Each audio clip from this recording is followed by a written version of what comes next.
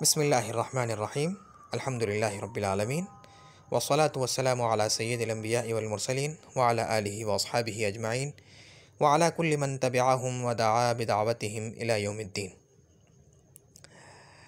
अद्दर्सु अल खामिसु, पाँचवां दर्स। किताब की तरतीब के लिहाज से ये पाँचवां दर्स है। वहदतु जमा यानी वाहिद जमा।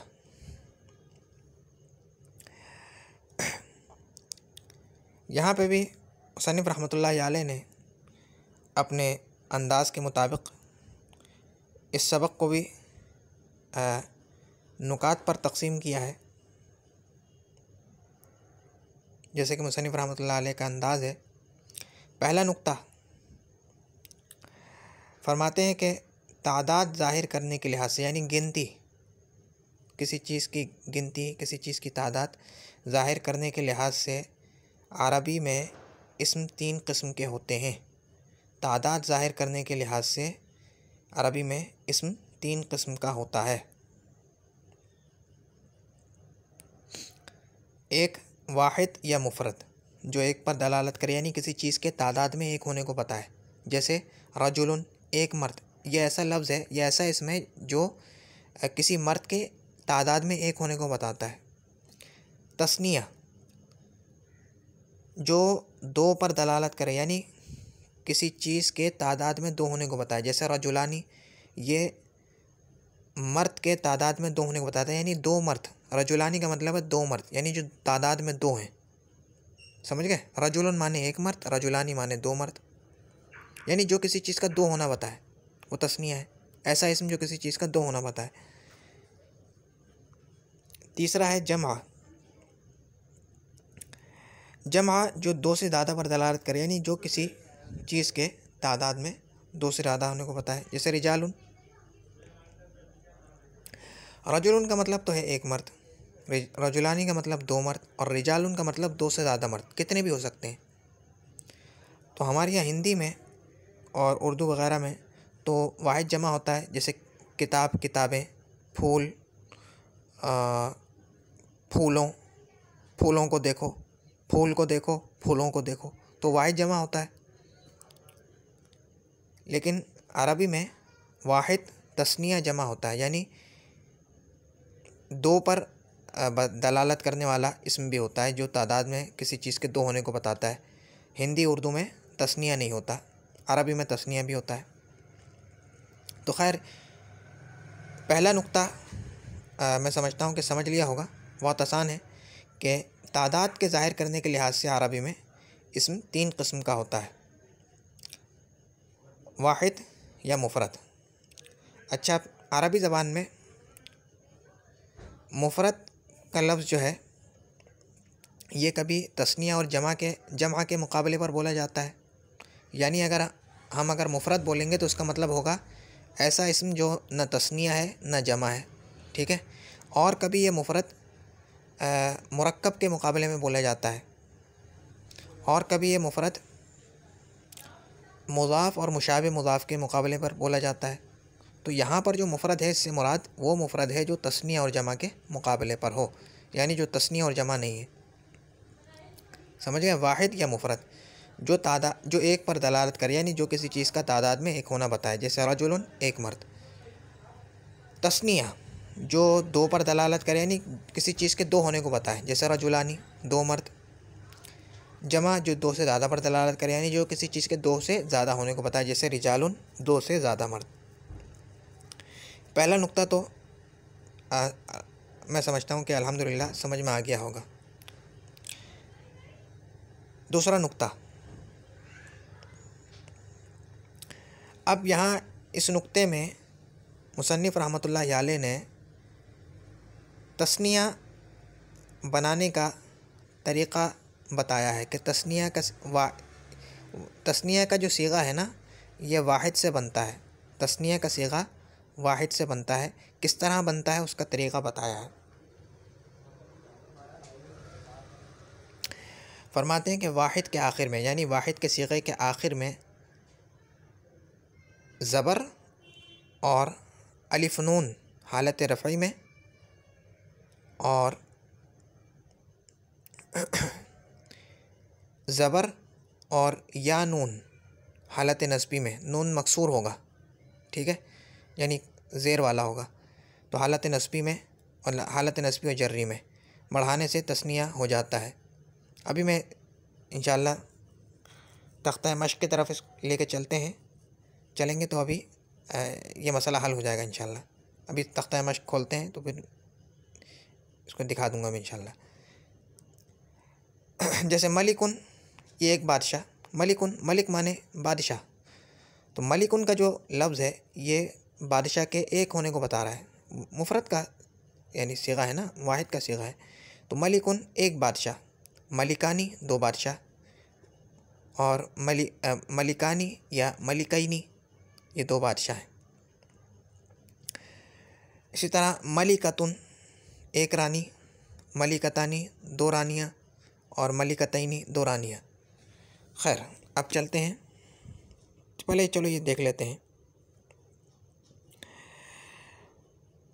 फरमाते हैं तंबीह, सर्फ़ व नहव की मुरव्वजा किताबों में, यानी उमूमी तौर पर जो किताबें मिलती हैं सर्फ़ नहव की, उनमें इस तरह जिस तरह से मुसन्निफ़ ने लिखा है, ज़बर डाल के और फिर अलिफ नून और ज़बर डाला और फिर या नून लिख दिया है, इस तरह नहीं लिखते हैं, बल्कि तशरीह के साथ इस तरह लिखते हैं कि अलिफ मा क़ब्ल मफ़तूह, यानी ऐसा अलिफ कि जिसका मा क़ब्ल यानी जिसके पहले वाला हर्फ जो है वो मफ़तूह है और नून मकसूर, अलिफ मा क़ब्ल मफ़तूह और नून मकसूर, यानी वाहिद के सीगे के आखिर में अलिफ मा क़ब्ल मफ़तूह और नून मकसूर लगाना, यानी ऐसा अलिफ लगाना कि जिसका मा क़ब्ल मफ़तूह है और नून मकसूर उसके साथ हो, या मा क़ब्ल मफ़तूह और नून मकसूर लगाने से तस्निया बनता है। हमने इख्तिसार के लिए मज़कूरा अलामत का लिखना मुनासिब समझा, यानी मुख्तसर तौर पर इस अलामत को हमने लिख दिया है इख्तिसार के लिए, यानी मुख्तसर करने के लिए, किसी आसान करने के लिए कह दो तो हमने आसानी के लिए इस तरह लिख दिया।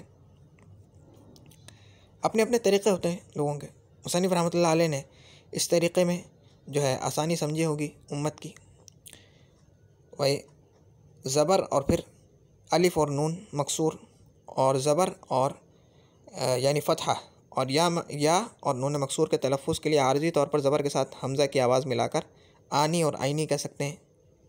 हमज़ा आर्ज़ी तौर पर मिला दो, जैसे आनी आइनी यूँ कह सकते हैं, ऐसे वाहिद के सीगे के आखिर में आनी या आइनी लगा दो, जैसे रजुलन रजुलानी, आइनी रजुलैनी, इस तरह।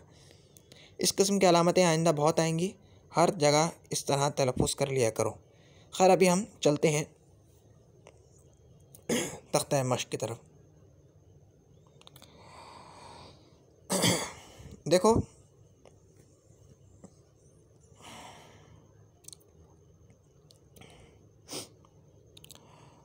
ये तो तुमने पढ़ लिया कि मुअर्रब किसे कहते हैं,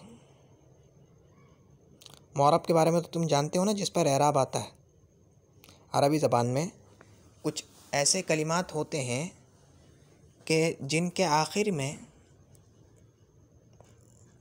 तब्दीली आती है आमिल के बदलने से, समझ रहे हो ना। अरबी ज़बान में कुछ ऐसे कलिमात हैं कि जिनके आखिर में यानी आखिरी जो इनका हर्फ होता है उसमें तब्दीली आती है आमिल के बदलने की वजह से। आमिल के बदलने की वजह से का मतलब यह है कि अरबी ज़बान में बाज़ ऐसे कलिमात हैं कि जिनकी वजह से दूसरे कलिमात के आखिर में तब्दीली आती है, और जिनकी वजह से तब्दीली आती है वो आमिल कहलाते हैं, और जिन पर तब्दीली आती है वो मामूल या मुअर्रब कहलाते हैं, यानी जिन पर एराब आता है, और तब्दीली को एराब कहते हैं, तब्दीली को एराब कहते हैं। फिर यह तब्दीली तीन तरह की होती है, रफ़अ, नस्ब और जर। यानी इसमें मुअर्रब वो इस्म के जिसके आखिर में आमिल के आने से तब्दीली आती है, वो तीन हालतों में से किसी हालत में होता है, या तो हालत रफ़ई में होता है यानी जो मुअर्रब होता है, या हालत नस्बी में होता है, या हालत जर्री में होता है।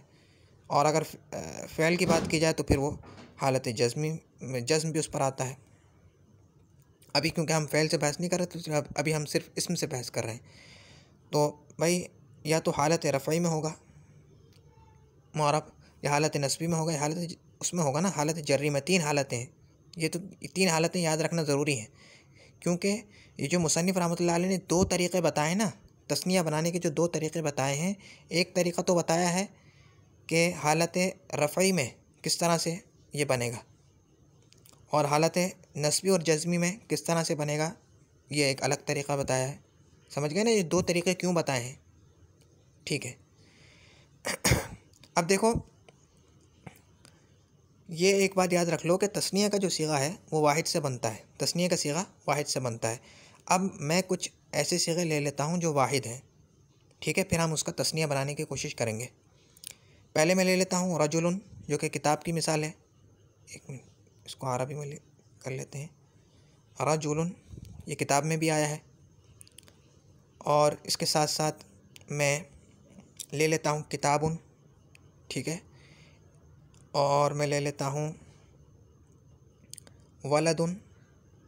वलद माने होता है लड़का या बच्चा। और मैं ले लेता हूँ तिफलुन, तिफलुन माने बच्चा, ठीक है। और मैं ले लेता हूँ आलिमुन, ठीक है, आलिम माने आलिम, जानने वाला। अब मैं इनकी तस्निया बनाने की कोशिश करता हूँ।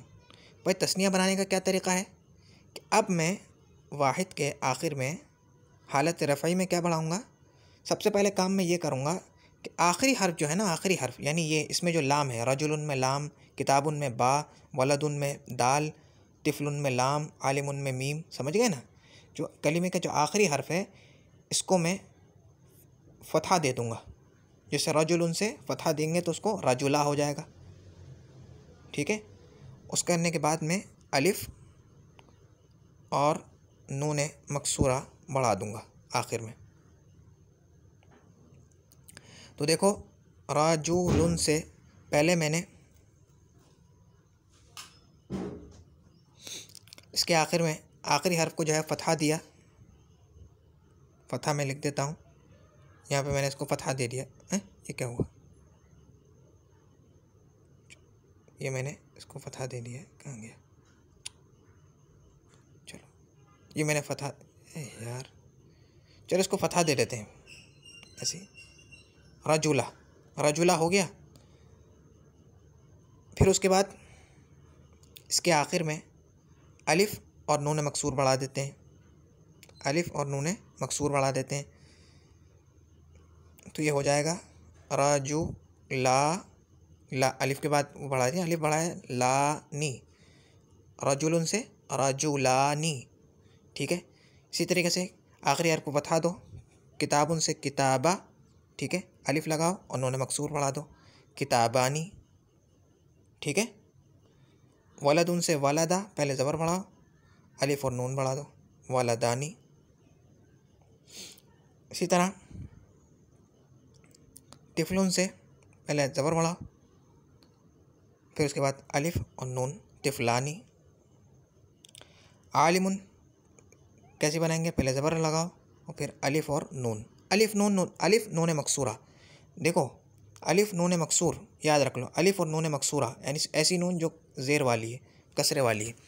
तो आलिमुन से आलिमानी, ठीक है ना। अब मैं कुछ मुअन्नस इसम ले लेता हूँ, क्योंकि मुअन्नस की भी तो तस्निया बनानी पड़ेगी ना। मुअन्नस भी ले लेता हूँ, चलो।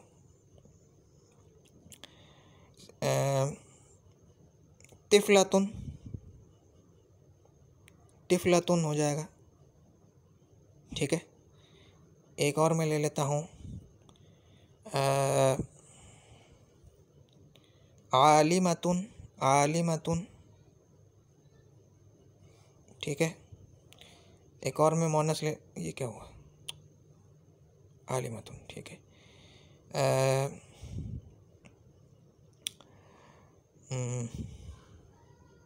तिफलानी, अच्छा, बिनता, ठीक है, बिनतुन, बिनतुन, लड़की को कहते हैं बिनतुन, ठीक है। अब मैं इनकी तस्निया बनाने की कोशिश करता हूँ। पहले मैं इसको ताकि, अब पहले इसको फ़तहा दिया आखिरी हर्फ को, ठीक है, फिर अलिफ़, वही तरीक़ा मुज़क्कर और मुअन्नस बनाने का, एक ही तरीका, ये बताना चाह रहा हूँ। तिफलुन, तिफलातुन, तिफलातानी। अब क्योंकि गोल ता मुझे मिटाना पड़ रहा है इसलिए क्योंकि वो जब उसको आगे बढ़ाएंगे ना तो ता बन जाएगा बस। आलिमतुन, आलिमतानी, आलिमतानी, आलिमुन से आलिमानी, आलिमतुन से आलिमतानी, बिनतुन से बिनतानी। समझ गए? ये अच्छा, ये जो तरीक़ा है कि आखिरी हर्फ को फतहा दो और आखिर में अलिफ और नून मकसूरा बढ़ा दो, ये हालत रफ़ई के लिए है। ये कौन सी हालत में है? कौन सी हालत में है? हालत रफ़ई, हालत रफ़ई में है, यानी रफ़ा के अंदर है। ठीक है। और नस्ब जर के अंदर देखो, हालत रफ़ई के अंदर बनाने का तरीक़ा अलग है, हालत रफ़ई में बनाने का तरीक़ा अलग है। हालत नस्बी और जर्री में क्या होगा? यही तरीक़ा है, बस अलिफ़ की जगह या आ जाएगा। बस अलिफ़ की जगह क्या आ जाएगा? या साकिन। अलिफ़ की जगह या साकिन। अब देखो, मैं जहाँ जहाँ अलिफ़ है ना, वहाँ मैं या साकिन लगा देता हूँ। तो मैं यहाँ पर या साकिन लगा देता हूँ, या साकिन। तो लाम, लाम या ज़बर लई, लाम या ज़बर लई, रजुलैनी। ठीक है। इसी तरह मैंने अलिफ़ लगा दिया, रजुलैनी, लाम या ज़बर लई हो गए। रजुलानी से रजुलैनी हो गया। किताबानी से किताबैनी हो गया। अलिफ़ को या से बदल देंगे बस, हालत नस्बी और जर्री में। हालत नस्बी और जर्री में अलिफ़ या से बदल जाएगा। वलदैनी, वलदानी, वलदैनी, तिफ़लानी, तिफ़लैनी, आलिमानी, आलिमैनी, तिफ़लतानी, तिफ़लतैनी।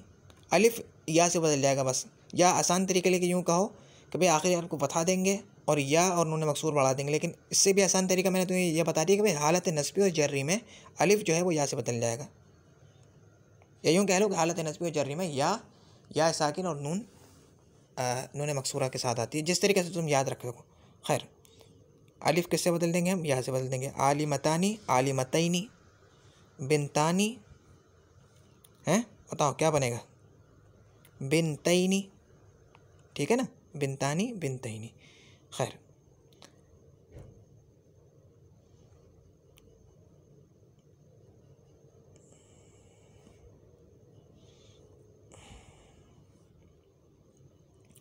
तो ये तो हमने तरीक़ा पढ़ लिया, यानी तस्निया बनाने का तरीक़ा तो अल्हम्दुलिल्लाह हमने पढ़ लिया है। क्या तरीक़ा है? मैं दोबारा पढ़ देता हूँ कि वाहिद के आखिर में आखिरी हर्फ को फतहा देकर अलिफ़ और नून मकसूर बढ़ा दो, या आखिरी हर्फ को फतहा देकर या और नून मकसूर बढ़ा दो। ठीक है। और फिर आसानी के लिए मैंने ये बताया कि भाई हालत रफ़ई में वाहिद के आखिर में जो है फतहा देकर अलिफ़ और नून मकसूर बढ़ा देंगे, और हालत नस्बी और जर्री में आखिर को फतहा देकर या साकिन और नून मकसूर बढ़ा देंगे। या यूँ कह लो कि हालत रफ़ई के अंदर तो अलिफ़ और नून मकसूर आएगा, और नस्बी और जर्री में यही अलिफ़ या से बदल जाएगा। अपनी याद रखने के लिए कुछ भी तुम कह सकते हो। असल चीज़ जो है वो तो एराब का याद होना है। असल चीज़ जो है वो एराब का याद होना है। अब तुम इसके लिए कोई आसान तरीका अख्तियार कर लो। ठीक है। अब देखो, मलिकुन, मलिकुन से हालत रफ़ई में कैसे बनेगा? आखिरी हर्फ को फतहा दिया, मलिका, अलिफ़ और नून मकसूर बढ़ा दिया, मलिकानी। ठीक है। और हालत नस्बी जर्री में क्या होगा? यही अलिफ़ या से बदल जाएगा, मलिकैनी। या यूँ कह लो कि आखिरी हर्फ को फतहा दिया और आखिर में या साकिन और नून मकसूर बढ़ा दिया, तो मलिकैनी हो गया। इसी तरीक़े से मलिकतुन, ये जो गोलता है, जब गोलता के आखिर में हम तस्निया बना रहे होंगे, अलिफ़ और नून मकसूर बढ़ाएंगे, या और नून मकसूर बढ़ा रहे होंगे, तो ये जो गोलता है ये ता ही रहेगी, ये ता में बदल जाएगी। इसके साथ ता जैसा सलूक करेंगे फिर हम। समझ गए? तो यहाँ जो मलिकतुन के अंदर जो ता है, ये तो तस्निया की ता है ना, इस कलिमे का तो हिस्सा नहीं है। तस्निया के लिए तानीस के लिए है, तानीस की ता है। अफ़वन, माफ़ी, जो है ये तानीस की ता है। खैर, मलिकतुन, मलिकतानी, और नस्बी जर्री में मलिकतैनी। और चलो आगे मिसाल आएंगी तो इंशाल्लाह देख लेंगे। अभी हम आगे चलते हैं। तस्निया बनाने का तरीका तो अल्हम्दुलिल्लाह तुम्हें समझ में आ गया है। ठीक है। हालत नस्बी और जर्री दोनों में। अब यह है कि यहाँ पर तीसरे नुक्ते में मुसन्निफ़ रहमतुल्लाह अलैह ने पहले जमा की तारीफ़ की है। और जमा की तारीफ़ तो हो चुकी है। पहले जमा की दो किस्में बयान की हैं। पहले ये बताया कि जमा की दो किस्में होती हैं, तस्नीया का तरीक़ा भी बता दिया। अब जमा की तरफ आ रहे हैं तो जमा की पहले बताया कि जमा की दो किस्में होती हैं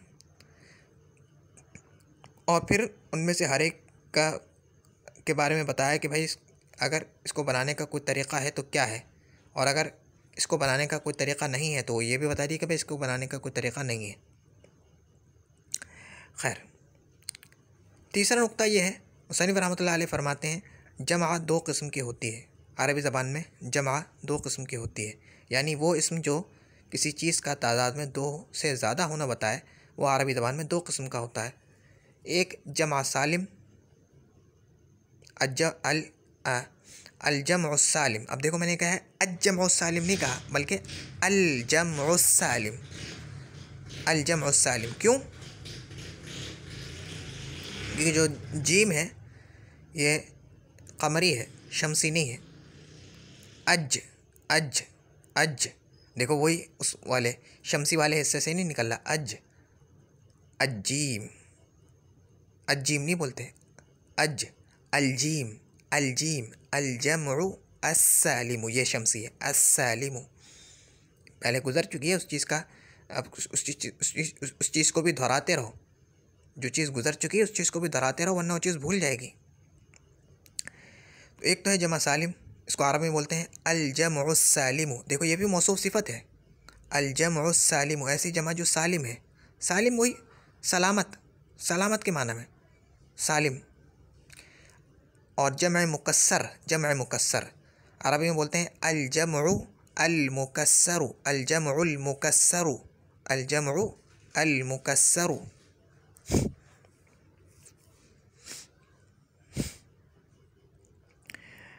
मुकस्सर का मतलब होता है तोड़ी गई, जिसे तोड़ दिया गया है। अच्छा, ये क्यों कहा गया है यह भी मैं आगे बताता हूँ। पहले एक चीज़ समझ लो, तुमने पहले चीज़ समझी होगी हो सकता है, लेकिन मैं दोबारा बता देता हूँ। सीगा, सीगा किसे कहते हैं, ये आज के सबक को यानी इस नुक्ते को समझने के लिए तुम्हें ये जानना ज़रूरी है कि सीगा किसे कहते हैं। पहले ये समझ लो, सीगा, सीगा भी कहते हैं इसको। इसी को यहाँ पे वज़न से भी ताबीर किया गया है, और इसी को यहाँ पे बाज़ जगह यहाँ इस मौके पर यानी जमा सालिम जमा मुकस्सर के मौके पर जहाँ कहीं ऐसे अल्फाज इख्तियार किए जाएंगे, वहाँ पर इसी लफ्ज़ को हैअत या ये प्लस क्यों लगा रहा हूँ मैं, ये लगाना चाहिए ना, शक्ल, शक्ल भी कह सकते हैं। एक ही माना है, इन चारों लफ्ज़ों का एक ही माना है। सीगा कहते हैं लफ्ज़ की शक्ल को, सीगा कहते हैं लफ्ज़ की शक्ल को। भाई किसी हर लफ्ज़ की कोई ना कोई शक्ल होती है ना, कोई शक्ल मिलती है।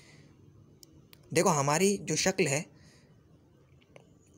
हमारे जिस्म में हड्डियां हैं, गोश्त है, ठीक है, हड्डियां, गोश्त, उस गोश्त को एक ख़ास तरतीब से रखा कि भाई इस जगह गोश्त रखा है, इस जगह गोश्त नहीं रखा, फिर जो है हड्डी इस जगह रखी, जगह ख़ास तरतीब से हड्डियों को रख के, और फिर जहाँ जहाँ गोश्त रखना था वहाँ गोश्त रख के, जहाँ आँख लगानी थी वहाँ आँख लगा दी, जहाँ नाक लगानी थी वहाँ नाक लगा दी।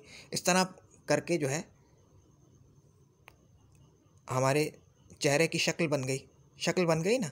इसी तरीक़े से कलीमे की भी एक शक्ल होती है, हर लफ्ज़ की एक शक्ल होती है। वो उसको कैसे हासिल होती है? भाई हमारे चेहरे की शक्ल तो हमें हासिल हुई हड्डियों से, गोश्त से, खाल से, है ना, इन चीज़ों से हमें शक्ल एक बन गई। कलीमे की शक्ल कैसे हासिल होती है? वो दो चीज़ों से, याद रख लेना। दो चीज़ें क्या हैं? पहली चीज़ क्या है? याद रख लो, हरकात, हरकात, हरकात सकनात। हरकात का मतलब हरकत, ज़बर ज़ेर पेश, सकनात माने सुकून, साकिन, जज्म, हरकत का ना होना। हरकत व सकनात यानी सकनात यानी सुकून से निकला है, साकिन होना। हरकत ज़बर ज़ेर पेश, रफ़ा नस्ब जर, रफ़ा नस्ब जर तो नहीं कह सकते, बल्कि ठीक है इसमें भी कह सकते हैं रफ़ा नस्ब जर या ज़म्मा फ़तहा कसरा ज़बर ज़ेर पेश, इसी चीज़ को कहेंगे ज़बर ज़ेर पेश, ज़म्मा फ़तहा कसरा, रफ़ा नस्ब जर वगैरह हरकत। और सकनात इनका ना होना, साकिन सुकून होना। समझ गए ना, हरकत व सकनात। दूसरी पहली चीज़ तो है हरकत व सकनात, और दूसरी चीज़ क्या है? दूसरी चीज़ है तरतीब हुरूफ, तरतीब हुरूफ, तरतीबुल हुरूफ। तरतीबुल हुरूफ, तरतीब कैसे कहते हैं? एक तरतीब से रखना, एक तरतीब से रखना। मिसाल के तौर पर मैं कुछ आदत ले लेता हूँ, कुछ अरकाम में ले लेता हूँ, 9 ले लेता हूँ, 8 ले लेता हूँ, नहीं चलो ठीक है 9 ले लेता हूँ, 8 ले लेता हूँ, ठीक है। अब मैं पहले ये मैंने 2 आदत ले ली हैं, ठीक है। पहले मैं 9 को लिखता हूँ और उसके बाद में 8 को लिखता हूँ, ये एक तरतीब है, ठीक है। और दूसरी तरतीब ये है कि मैं 8 को पहले लिखता हूँ और 9 को बाद में लिख लेता हूँ। देखो हमारे पास हमने कितने रकम लिए थे? हमने 2 हिस्से लिए थे ना, या रकम कह लो। एक 8 का हिस्सा और एक 9 का हिस्सा, यानी एक 8 का रकम लिया था और एक 9 का रकम। अब हमने इन दोनों को 2 मुख्तलिफ तरतीब से रखा, आपस में जोड़ा। तरतीब का मतलब होता है कि एक चीज़ पहले आएगी, फिर उसके बाद दूसरी चीज़ आएगी, उसके बाद तीसरी चीज़ आएगी, उसके बाद चौथी चीज़ आएगी। समझ गए ना? तरतीब से रखना किसी चीज़ को, एक चीज़ को पहले एक चीज़ रखना, फिर उसके बाद दूसरी चीज़, फिर उसके बाद तीसरी चीज़। समझ गए ना? तो अब देखो मैंने इसको इन दो रकमों को 2 मुख्तलिफ तरतीबों से जोड़ा एक दूसरे के साथ। पहले मैं पहले 9 ले आया और उसके बाद में 8 ले आया, तो इससे ये 98 बन गया, यानी तिसातुन व समानून, अरबी में कहेंगे तिसातुन व समानून, 89।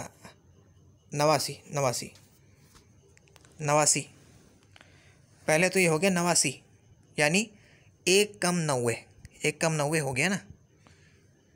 फिर मैंने यही 2 हिस्सों को लेकर पहले 8 लाया और फिर 9 लेके आ गया, पहले 8 लेके आया और फिर 9 लेके आ गया। तो अब ये क्या हो गया? 98, यानी 2 कम 100। देखो बहुत फ़र्क है 89 में और 98 में फ़र्क है। इसको अरबी में क्या कहते हैं? 98 को समानियतुन व तिसऊन, समानिया व तिसऊन। खैर अभी हमारा वो गिनती का मौजू नहीं है। तो देखो तरतीब के बदलने से फ़र्क आता है, ये मैं तुम्हें दिखाना चाह रहा हूँ कि तरतीब के बदलने से फ़र्क आता है। देखो मेरे पास 3 हर्फ हैं इसी तरीक़े से। खैर एक मैंने ले लिया ज़ाद, एक मैंने ले लिया रा और एक मैंने ले लिया बा, ठीक है। अब मुझे अलग अलग हैं, यानी एक अलग अलग हुरूफ है, ठीक है।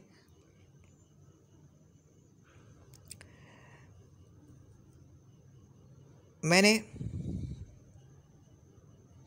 यहाँ अब इनको एक शक्ल देनी है। मैंने 3 हर्फ ले लिए, अब मैं चाह रहा हूँ कि इनको एक शक्ल, इनको एक शक्ल दे दूँ, इनको आपस में जोड़कर इनसे मैं एक कलिमा बना दूँ, और हर कलिमे की एक शक्ल होती है। मैं चाह रहा हूँ कि इनको जोड़कर एक कलिमा बना दूँ। तो भाई यार कलिमे की एक शक्ल होती है ना, इसको शक्ल कैसे दूंगा मैं? तो पहला काम तो मैं ये करूँगा कि इनको मैं हरकत व सकनात दे दूँगा। तो भाई मैं ज़ात को तो मैं दे देता हूँ फ़तहा, ज़ात को मैं फ़तहा दे देता हूँ, रा को भी मैं फ़तहा दे देता हूँ और बा को भी मैं फ़तहा दे देता हूँ। और दूसरा काम मैंने क्या करना है, एक तरतीब से रखना है।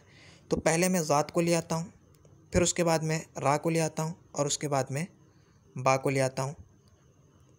ठीक है, ज़ा रा बा, दो काम मैंने किए। पहले मैंने इन तीनों हरकतों को यानी तीनों हरफों को हरकत दी, फिर उसके बाद एक ख़ास तरतीब से आपस में इनको जोड़ दिया।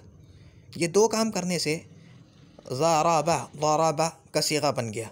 अब ये जो ज़राबा का जो सीगा है, जो उसकी एक शक्ल बनी है, ज़राबा, ये जो शक्ल बनी है, इनको तरतीब हरूफ और हरकत व सकनात से जो एक शक्ल बनकर मेरे सामने आई है कलिमे की, लफ्ज़ की, ये इस शक्ल को सीगा कहते हैं। तो आसान तारीफ़ क्या है सीगे की? कलिमे की वो शक्ल जो उसे हरकत व सकनात और तरतीब हरूफ से हासिल होती है,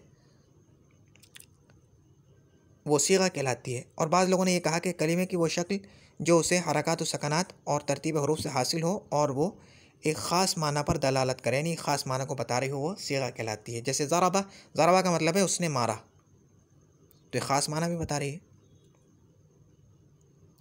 खैर, सीगा तुमने समझ लिया। एक और मैं मिसाल दे देता हूँ। देखो मेरे पास मैंने ले लिया एक नून, नहीं चलो, मैंने ले लिया रा, और फिर मैंने लिया लाम, और फिर मैंने लिया जीम। ठीक है, अब पहला काम मैं क्या करूँगा, इनको हरकत व सकनात देने हैं।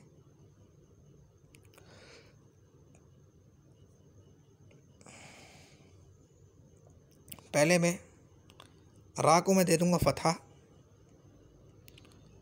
और लाम पर मैं तनवीन दे दूँगा, और जीम को मैं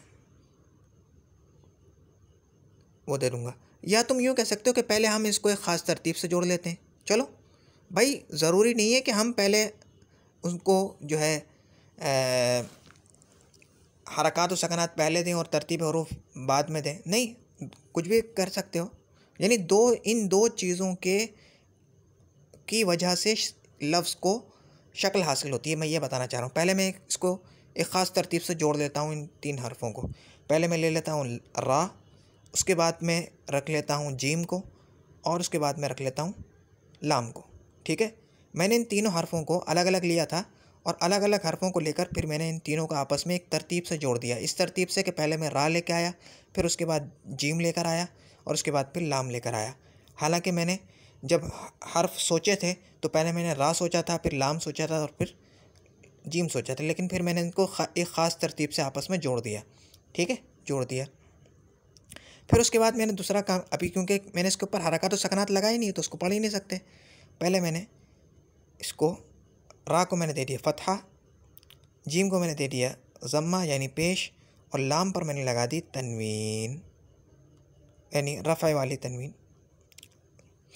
लाम को मैंने रफ़ा लगा दिया। अब क्योंकि तनवीन इसम का हिस्सा है तो वह आ जाएगी। खैर, तो राजुलुन, अब देखो ऐसा करने से मेरे पास एक सीगा बन के तैयार हो गया, शक्ल बन के आ गई मेरे पास राजुलुन। ये राजुलुन का जो सीगा है ये मुझे कैसे हासिल हुआ, रा जीम लाम से। रा जीम लाम को हरकत देने, हरकत व सकनात और एक ख़ास तरतीब से आपस में जोड़ने से मुझे राजुलुन का सीगा बन गया, मिल के आ गया, जो एक ख़ास माना को बता रहा है, यानी मर्द को एक ख़ास माना के ऊपर दलालत कर रहा है। ठीक है, समझ गए ना। अब सीगा किसे कहते हैं, सीगा तुमने समझ लिया। अब आगे जब तुमने सीगा समझ लिया तो आगे का समझना तुम्हारे लिए बहुत आसान होगा। चलो अब किताब की तरफ चलते हैं। फरमाते हैं कि जमा की दो किस्में हैं, जमा सालिम और जमा मुकस्सर। जमा सालिम वो है जिसमें वाहिद की सूरत सलामत रहे। देखो सूरत, शक्ल, सीगा, वज़न, इस बहस में सूरत, सीगा, शक्ल, हैअत, ये सब एक ही लफ्ज़ मुराद है। यहाँ पर क्या मुराद है मैंने तुम्हें बता दिया, क्या चीज़ है मुराद है, समझ में आ गई। यहाँ उन्होंने सूरत का लफ्ज़ इस्तेमाल किया, यानी वज़न या सीगा। बाज़ किताबों में कुछ मिलेगा, बाज़ में कुछ मिलेगा। तो जमा सालिम वो है जिसमें वाहिद की सूरत सलामत रहकर आखिर में कुछ इजाफ़ा हुआ हो, यानी जिसमें वाहिद एक तो तुम्हें बात मालूम हो गई कि भाई ये जो तस्निया है ना, तस्निया हमने वाहिद से बनाई थी ना, इसी तरीके से जमा भी वाहिद से बनती है। जमा भी वाहिद से बनेगी, जमा भी वाहिद से बनेगी, तस्निया भी वाहिद से बनती है। ठीक है। अब किस तरह से बनाई गई कि भाई इस तरह से कि वाहिद की जो सूरत है, वाहिद का जो सीगा है वो सलामत रहा, उसमें कुछ बिगाड़ नहीं आया। वो सलामत रह के आखिर में, उस सीगे के आखिर में कुछ इजाफा हुआ हो। इसकी दो किस्में हैं। पहली मुज़क्कर, जिसके आखिर में पेश और वाव और नून मकसूर, नून मफ्तूहा, पेश वाव और नून मफ्तूहा हालत रफ़ई में, ज़ेर या और नून मफ्तूहा हालत नस्बी व जर्री में बढ़ाएं। अभी आगे हम चलते हैं दोबारा तख्ता मश्क में और तुम ये समझ जाओगे। जैसे मुस्लिमुन, मुस्लिमुन देखो मैंने 4 हर्फ सोच लिए खुद से, मीम लाम, मीम लाम, मीम सीन। 2 बार मैंने मीम सोच लिया और लाम और सीन मैंने सोच लिया। ठीक है। फिर मैंने मीम को पहले लिखा, एक ख़ास तरतीब से अब मैं जोड़ रहा हूँ। फिर सीन को, फिर लाम को और फिर मीम को। फिर मैंने मीम को ज़म्मा दिया, सीन को साकिन कर दिया, लाम को कसरा दे दिया और मीम पर तनवीन लगा दी। ये 2 काम करने से मुस्लिम उनका सीगा बन के तैयार हो गया। ठीक है ना। ये वाहिद का सीगा बन गया नहीं बन गया, एक शक्ल बन के तैयार हो गई। जो तुम मुस्लिम एक शक्ल देख रहे हो, सीगा है उसका। ठीक है ना, उसकी शक्ल बन के तैयार हो गई। तो अब ये जो है वाहिद का जो सीगा है, इसी में कुछ ना कुछ रद्दो बदल करने से जमा का सीगा बनेगा। ठीक है। जमा सालिम वो जमा होगी कि जिसमें ये जो वाहिद का सीगा, अब जो वाहिद का सीगा बन के तैयार होगी ना, ये नहीं बिगड़ेगा। यानी मुस्लिमुन तक जितने तरतीब है हरूफ की, ये तरतीब भी नहीं बिगड़ेगी और हरकात व सकनात भी नहीं बिगड़ेंगी।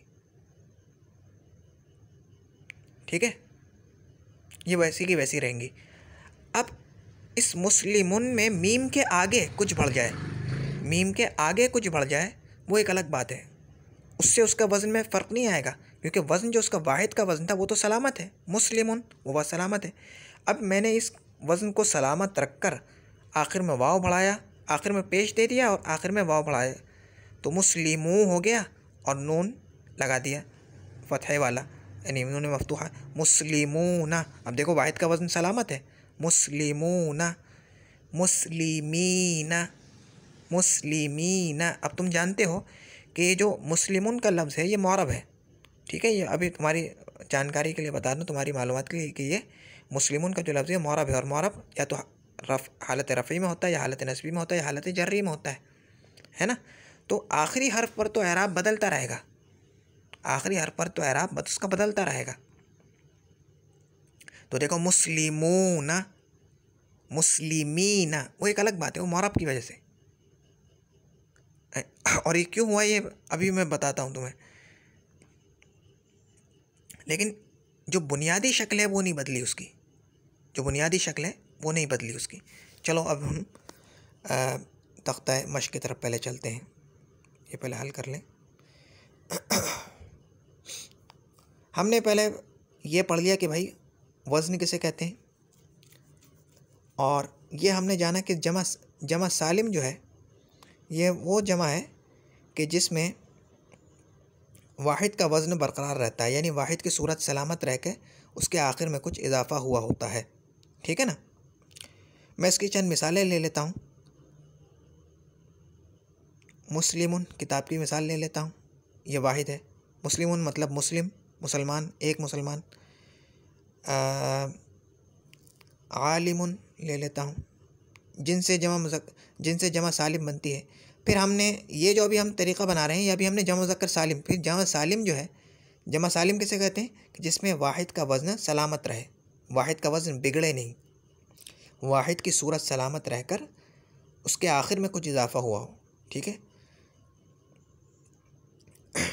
तो हम अभी जो है, फिर उसके बाद हम जमा सालिम की भी 2 किस्में हैं, जमा मुज़क्कर सालिम और जमा मुअन्नस सालिम। ये जो आखिर में अभी हम जो बना रहे हैं ये जमा मुज़क्कर सालिम बनाने का तरीक़ा है। जमा मुअन्नस सालिम अभी हम थोड़ी देर बाद बनाएंगे इंशाअल्लाह। ठीक है, अभी हम पहले लफ्ज़ लिख लेते हैं। मुस्लिमुन है, आलिमुन है, जाहिलुन ले लेते हैं, जाहिलुन, जाहिलुन ले लेते हैं, और फ़हीमुन ले लेते हैं, फ़हीमुन, और बसीरुन ले लेते हैं। बस इतने काफ़ी हैं। पहले हम ले लेते हैं मुस्लिमुन, मुस्लिमुन, मुस्लिमुन। एराब में नहीं लगा रहा हूँ, थोड़ा जल्दी हो जाए इसलिए।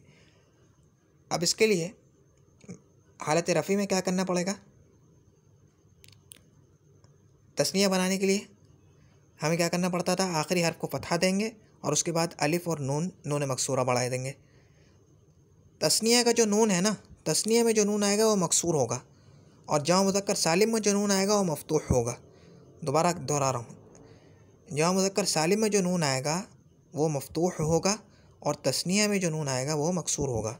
ठीक है, तो तस्निया बनाने के लिए तो आखिरी हर्फ को फतहा दिया था और उसके बाद अलिफ और नून बढ़ा दिया था हालत रफ़ी में, और हालत नस्बी और जर्री में यही नून या से बदल गया था। लेकिन जमा में हम ऐसा करेंगे कि आखिरी हर्फ को हालत रफ़ी में पेश देंगे, आखिरी हर्फ को पेश देंगे, तो मुस्लिमू, आखिरी हर्फ को पेश देंगे यानी ज़म्मा देंगे, मुस्लिमू, और फिर उसके बाद वाव और नून मफ्तूहा बढ़ा देंगे, वाव और नून मफ्तूहा, याद रख लेना, वाव और नून मफ्तूहा, वाव और नून मफ्तूहा बढ़ा देंगे। तो कैसे क्या बनेगा? मुस्लिमूना, ऐसी बन जाएगा, नहीं बन जाएगा? मुस्लिमूना। इसी तरीक़े से दूसरा ले लेते हैं, आलिमुन से आलिमू, आलिमू, फिर आलिमूना। इसी तरीक़े से जाहिलुन, आगे जाहिलू, फिर जाहिलूना, हालत रफ़ी में बना रहे हैं। इसी तरीक़े से फ़हीमुन लिया गालिबन, फ़हीमुन और बसीरुन। ठीक है, फ़हीमुन पहले वाहिद लिख लेते हैं ना, फ़हीमू पहले दम्मा दिया आखिर में, फिर फ़हीमूना,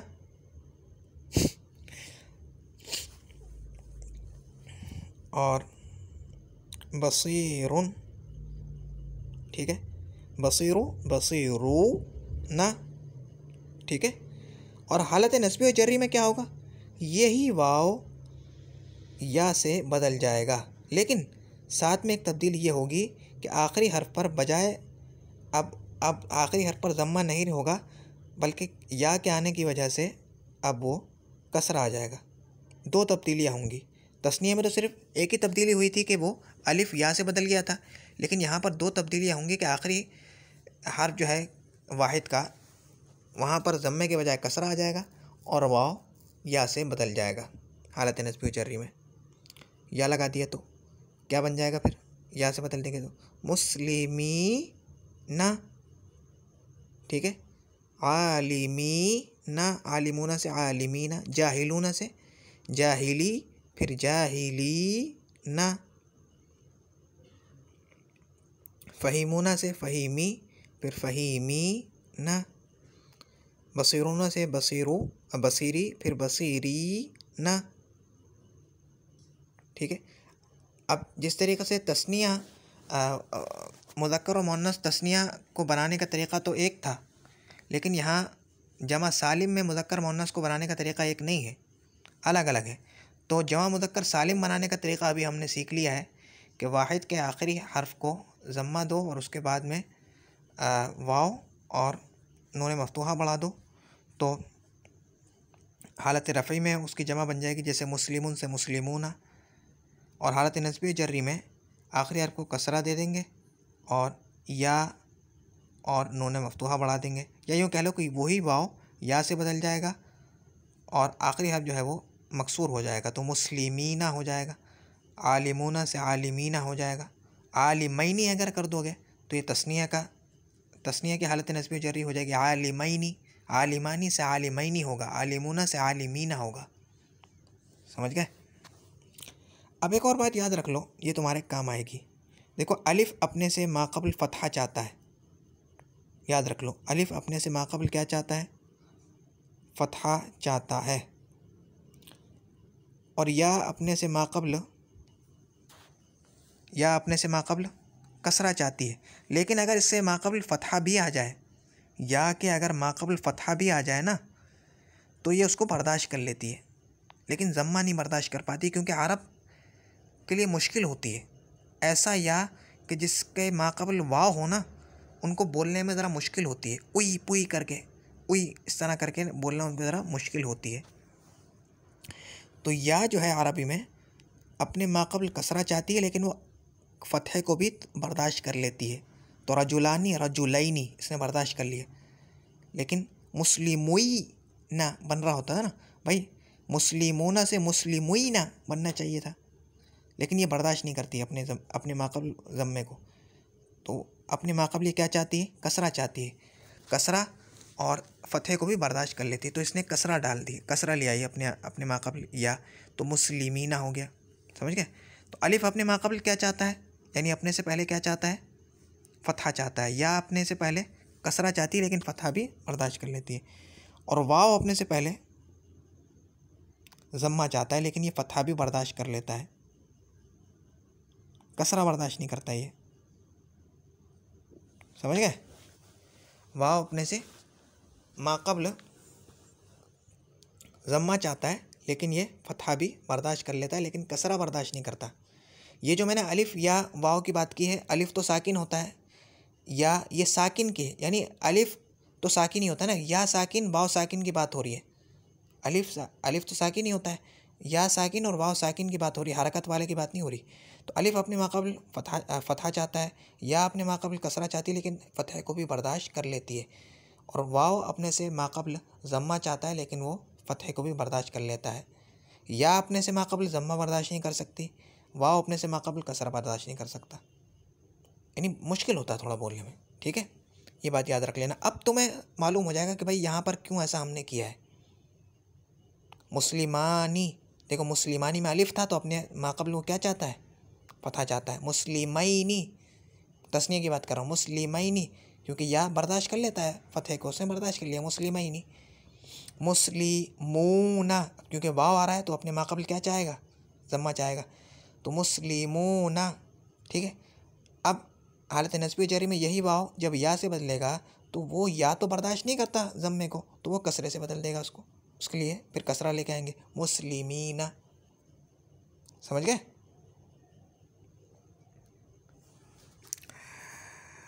खैर, जमा मुज़क्कर सालिम का तरीका तो तुमने सीख लिया है। अब आगे है जमा मुअन्नस सालिम। दूसरा नुक्ता देखो, यानी तीसरे नुक्ते में जो यहाँ देखो मुज़क्कर के नीचे मुअन्नस जिसके आखिर में, अब जमा मुअन्नस सालिम का तरीका बता रहे हैं। मुअन्नस यानी जमा मुअन्नस सालिम जिसके आखिर में फ़तहा और अलिफ और बड़ी लंबी ता, फ़तहा और अलिफ और लंबी ता आती है। हालत रफ़ी में ता मरफ़ू, फ़तहा और लंबी ता मरफ़ू, और फ़तहा और अलिफ और लंबी ता मकसूर।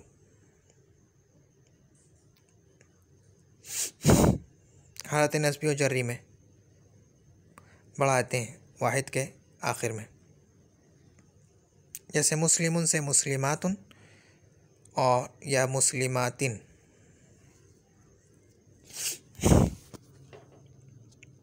चलो अब तख्ता मश्क की तरफ चलते हैं।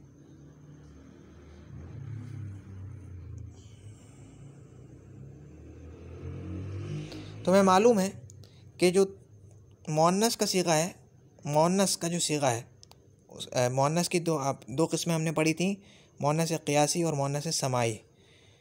तो जो मुअन्नस है वो भी हम मुज़क्कर से बनाते हैं। असल क्या है? मुज़क्कर है। असल क्या होता है? मुज़क्कर है। असल क्या है? मुज़क्कर से मुअन्नस बनाते हैं, है ना। और दूसरी बात ये याद रखो कि वाहिद से तस्निया और जमा बनती है, वाहिद से तस्निया जमा बनती है, मुज़क्कर से मुअन्नस बनता है, अगर बन रहा होता है क़ियास में तो, ठीक है ना। तो ये ऐसा होता है। तो असल हमें मालूम हुई कि भाई असल दो चीज़ें हैं, एक है मुज़क्कर और दूसरा वाहिद।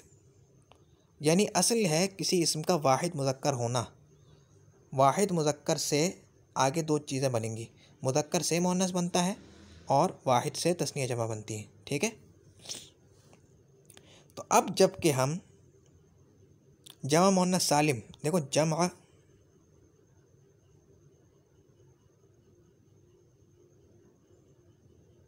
मुअन्नस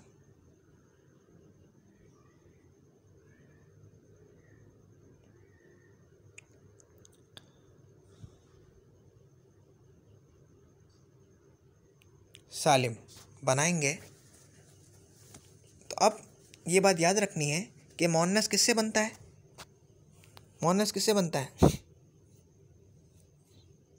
मुज़क्कर से, और जमा किससे बनता है,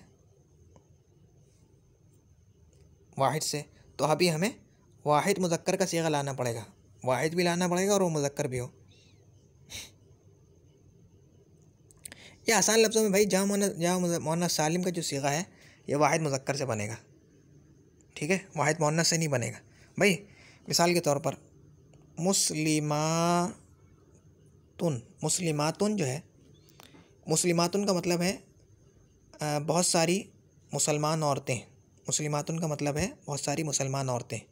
तो भाई मुस्लिमातुन का जो वाहिद है वो क्या है, मुस्लिमातुन का वाहिद है मुस्लिमातुन, मुस्लिमातुन इसका वाहिद है, यानी एक मुसलमान औरत।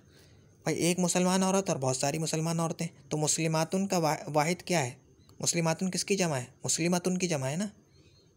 मुस्लिमातुन माने एक मुसलमान औरत और मुस्लिमातुन माने बहुत सारी मुसलमान औरतें, और मुस्लिमुन का मतलब है एक मुसलमान मर्द। भाई मुस्लिमातुन ये मुस्लिमुन की जमा थोड़ी है, मुस्लिमातुन मुस्लिमुन की जमा नहीं है, बल्कि वो तो मुस्लिमातुन की जमा है, ठीक है। लेकिन हम इसे बनाएंगे मुस्लिमुन से, यानी जमा मुअन्नस सालिम जो है ये वाहिद मुज़क्कर से बनेगी, ठीक है। आसान लफ्ज़ों में तुम ये समझ लो। अभी मैं इसकी और तरीका बता दूंगा। तो पहला तरीका क्या है कि भाई ये याद रख लो कि जमा मुअन्नस सालिम जो है ये वाहिद मुज़क्कर से बननी है, ठीक। किस तरह से बनेगी, आखिरी हर्फ को फतहा देंगे। पहले चलो हम बहुत कुछ अल्फाज सोच लेते हैं, मुस्लिमुन और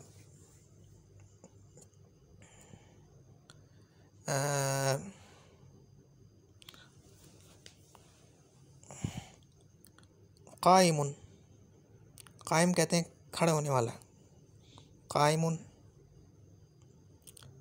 और कातिलुन, कातिल हिंदी में भी इस्तेमाल होता है, उर्दू में भी इस्तेमाल होता है। और आलिमुन का लफ्ज़ भी ले लेते हैं, चलो ये तो आ रहा है बार बार, आलिमुन, ये तीन ले लेते हैं अभी फ़िलहाल समझने के लिए। कितने, चार हो गए। देखो पहले हम लेंगे मुस्लिमुन, मुस्लिमुन। तो जमा मुअन्नस सालिम बनाने का तरीका यह है कि आखिर को क्या देना है, फतहा देना है, आखिरी हर्फ को फतहा देंगे। फिर उसके बाद क्या बढ़ाना है, अलिफ और गोलता मरफू तनवीन वाली, गोलता मरफू तनवीन वाली, ठीक है। तो क्या हो जाएगा, मुस्लिमुन से मुस्लिमा, फिर मुस्लिमा, मुस्लिमा, मुस्लिमा, मुस्लिमा तुन, ठीक है। मुस्लिमुन से मुस्लिमा, फिर मुस्लिमा तुन। कायमुन से कायमा, फिर कायमा तुन। इसी तरीक़े से कातिलुन से कातिलुन, आखिर में फतहा बढ़ाया, कातिला, फिर कातिला तुन।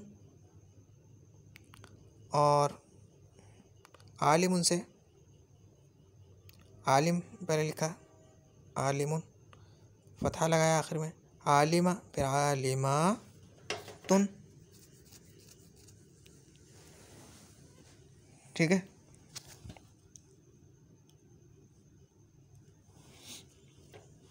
एक तो तरीका ये है। चलो पहले इस तरीके से हालत नस्बी जरी में बनाना सीख लेते हैं। तो भाई इसमें आसान है, जामुन सालिम बनाना तो आसान है कि भाई हालत नस्बी जरी में क्या होगा कि आखिर में आखिरी हर्फ को फतहा देकर अलिफ और बड़ी गोल ता नहीं बढ़ाएंगे बल्कि लंबी वाली ता, अलिफ और लंबी वाली ता बढ़ा देंगे मरफू, अलिफ और लंबी वाली ता मरफू। हालत नस्बी और जर्री में यही ता मकसूर हो जाएगी, क्योंकि इसम के आखिर में आ रही तो तनवीन भी होगा, मकसूर हो जाएगी। मुस्लिमातुन से मुस्लिमातिन हो जाएगा, काइमातुन से काइमातिन हो जाएगा, कातिलातुन से कातिलातिन हो जाएगा, और आलिमातुन से आलिमातिन हो जाएगा। ठीक है, ये तो था एक तरीका बनाने का। दूसरा तरीका ये है कि भाई देखो ये जो आलिमतुन है, मसलन आलिमतुन आलिमातुन, आलिमातुन का वाहिद क्या है भाई? जमा जो है वाहिद से बनती है ना। आलिमुन का वाहिद क्या है? आलिमतुन है, आलिमतुन। ठीक है ना, लेकिन इसकी शर्त यह है, जामुन सालिम बनाने की शर्त यह है कि वाहिद से अलामत तानीस जो है वो गिरानी पड़ेगी आपको, वाहिद से अलामत तानीस गिरानी पड़ेगी। वाहिद से अलामत तानीस को गिरा दो पहले, आलिमतुन से आलिमा, फिर आलिमातुन, एक ही चीज़ है, बन के एक ही चीज़ आएगी। अब तुम उसको इस तरीक़े से याद कर लो या इस तरीक़े से याद कर लो कि भाई पहला तरीक़ा तो मैंने ये कहा कि भाई जामुन सालिम जो है ये वाहिद मुज़क्कर से बनेगी, या यूँ कह लो कि वाहिद मुअन्नस से बनेगी, लेकिन शर्त यह है कि वाहिद मुअन्नस से गोल ता को हटाना पड़ेगा। फिर उसके बाद जो है आखिरी हर्फ को फतहा देकर अलिफ और लंबी वाली ता लगाएंगे, आलिमातुन कातिलातुन, इस तरह। क्योंकि देखो आलिमातुन में जो आलिमातुन ये जो ता है गोल ता, ये अलामत तानीस है। ठीक है ना, समझ रहे हो ना?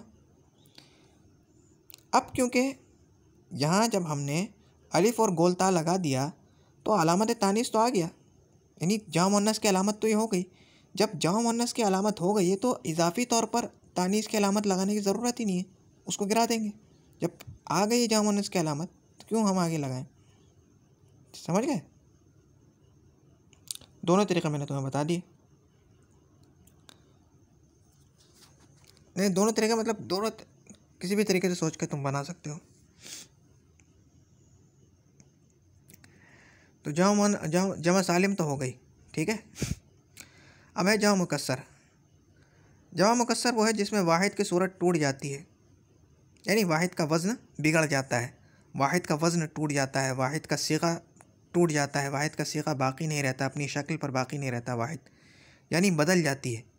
वाहिद की सूरत टूट जाती है यानी वाहिद की शक्ल में कुछ न कुछ बदलाव आ जाता है, टूट जाती है, बाकी नहीं रखता, कुछ भी कह सकते हो। तो जमा मुकस्सर वो है जिसमें वाहिद की सूरत टूट जाती है यानी बदल जाती है। उसके बनाने का कोई कायदा मुकर्रर नहीं। अरबी ज़बान में जमा सालिम बनाने का तो कायदा है, ठीक है, लेकिन जमा मुकस्सर बनाने का कोई कायदा मुकर्रर नहीं है, वो भी ये समाई है। जमा मुकस्सर के जो औज़ान हैं यानी जमा मुकस्सर के जो वज़न होता है वो समाई होता है, उसको बनाने का कोई कायदा नहीं है, बल्कि अरब से जैसे हमने सुने हैं वैसे ही हम बोलेंगे। तो जमा मुकस्सर वो जमा है जिसमें वाहिद की सूरत यानी वाहिद का वज़न बिगड़ जाता है, वाहिद की सूरत टूट जाती है यानी बदल जाती है। उसके बनाने का कोई कायदा मुकर्रर नहीं है अरबी ज़बान में। कभी तो कुछ हर्फ बढ़ा घटा दिए जाते हैं, यानी कभी बढ़ा दिए जाते हैं, कभी घटा दिए जाते हैं, और कभी महज हरकात और सकनात में तग़य्युर तबद्दुल आ जाता है। तग़य्युर तबद्दुल यानी तब्दीली आ जाती है। जैसे नहरुन, नहरुन ये वाहिद है, नहरुन माने नहर, नदी, नदी नाला।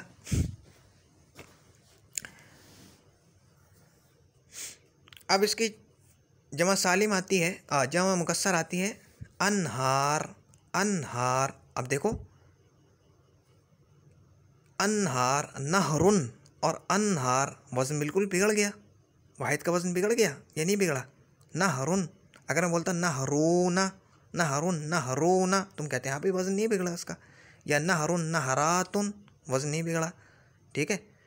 या नहरुन नहरीना, नहीं बिगड़ा। लेकिन नहरुन अनहारुन, देखो बिगड़ गया वज़न। भाई वाहिद के सिगे की जो शुरुआत है वो तो नून से हो रही है, यहाँ पर जमा की सिगा कहाँ किससे शुरू हो रहा है, हमज़ा से हो रहा है कि नहीं। और फिर ये कि वाहिद के सिगे में जो हा है वो साकिन है और यहाँ पर ये खड़ी ज़बर लगी हुई है इसके ऊपर। अनहारुन, बिगड़ गया वज़न, अनहारुन। रजुलुन से रिजालुन, देखो रजुलुन रिजालुन, बदल गया, वाहिद का वज़न बिगड़ गया। वज़ीरुन से वज़राउ, है, वज़ीरुन से वज़राउन, वज़राउन। किताबुन से कुतुबुन, किताबुन से किताबुन नहीं बल्कि कुतुबुन। खशबुन से खुशुबुन, बिगड़ गया, वज़न बिगड़ गया नहीं बिगड़ गया। तो ये जमा मुकस्सर होती है। तो जमा मुकस्सर को पहचानना बहुत आसान है। जमा मुकस्सर को और यानी जमा मुकस्सर और जमा सालिम के दरमियान पहचानना बहुत आसान है, उनकी पहचान बहुत आसान है कि भाई जमा सालिम में वाहिद का वज़न बिगड़ा हुआ नहीं होगा, बल्कि वाहिद का वज़न, वाहिद की सूरत सलामत रहकर आखिर में कुछ इजाफा हुआ होगा, और जमा मुकस्सर में वाहिद का वज़न बिगड़ जाता है। और बाद औक़ात ऐसा होता है कि वाहिद का जैसा वज़न है वो वैसा का वैसा ही रहता है, वही सीगा जमा का सीगा कहलाता है। जैसे फुलकुन, फुलकुन माने कश्ती और फुलकुन माने बहुत सारी कश्तियाँ, यानी इसके वज़न में कुछ तब्दीली ही नहीं आई, वैसे का वैसा ही है। ये भी जमा मुकस्सर के अंदर शुमार किया जाता है, ये सूरत भी।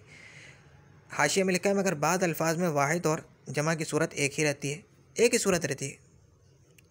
फुलकुन जैसे कश्ती, एक कश्ती, वाहिद भी है और जमा भी, यानी फुलकुन माने बहुत सारी कश्तियाँ।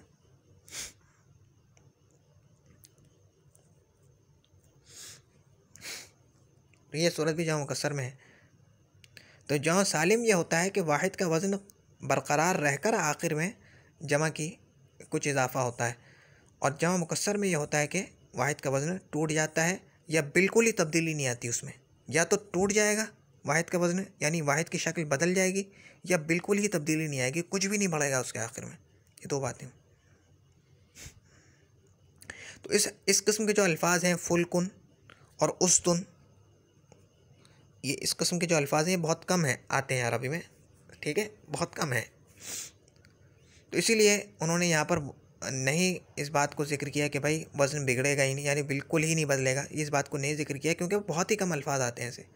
तो अमूमन ऐसा होता है कि वाहिद का वज़न बिगड़ जाता है 90% या तुम कह लो कि 95% ऐसे ही होता है कि भाई वाहिद का वज़न बिगड़ता है, यानी सूरत बदल जाती है। अब उसकी कई सूरतें हो सकती हैं भाई, कुछ हर्फ बढ़ जाता है, कभी हर्फ घटा दिया जाता है, कभी तरतीब हरूफ बदल जाती है, कभी हरकत और सकनात में कुछ तब्दीली आ जाती है। जैसे कि तुमने देखा नहरुन अनहारुन, रजुलुन रिजालुन, वज़ीरुन वुज़राउन, किताबुन कुतुबुन, खशबुन खुशुबुन, बहुत बदल गया। और जमा मुकस्सर को बनाने का कोई कायदा नहीं है, जमा मुकस्सर को बनाने का कोई कायदा यानी कोई कायदा मुकर्रर नहीं है कि इस कायदे से हम बना लें। जिस तरीके से जमा सालिम को बनाने का हमारे पास कायदा है। एक और बात याद रख लेना कि भाई किसी भी किताब उनको तुम अपनी मर्ज़ी से आखिर में वाव लगा के और नून लगा के जमा नहीं बना सकते, समझ में आ गई। जमा सालिम जो है, जमा सालिम ये हर इस्म की जमा सालिम नहीं बना सकते आप, हर इस्म की जमा सालिम नहीं बना सकते, समझ में आ गया। हर इस्म की जमा सालिम नहीं बना सकते। आगे जाके हम सीख लेंगे कि जमा सालिम किस वाहिद से बनेगी और जमा मुकस्सर किस वाहिद की आती है, ठीक है। मतलब यह है कि तुम ऐसा ना हो कि भाई तुम ये कहो कि भाई किताबुन से मैं नहीं चाह रहा, मुझे किताबुन की जमा नहीं आती तो मैं किताबुना कह दूँ या किताबातुन कह दूँ, इस तरह नहीं है, तुम्हें कुतुबुन याद करनी पड़ेगी। तो भाई किस वाहिद की जमा सालिम आती है और किस वाहिद की जमा मुकस्सर आती है, यह अभी आगे जाके हम इस पर बहस करेंगे। या आगे जा तो पढ़ोगे तो तुम्हें मालूम हो जाएगा। अक्सर जो सिफ़त के सीगे होते हैं ना, इसमें फ़ाइल, इसमें मफ़ऊल, सिफ़त मुशब्बहा, इस किस्म के जो सीगे होते हैं आगे जाके तुम पढ़ोगे, इनकी जमा जो है जमा सालिम होती है। अक्सर जमा सालिम और इनकी जमा जो है जमा सालिम होती है। बाकी जो इसमें जामिद होता है ये अक्सर जमा मुकस्सर इनकी होती है। जमा साल जो इसमें जामिद है इसकी अक्सर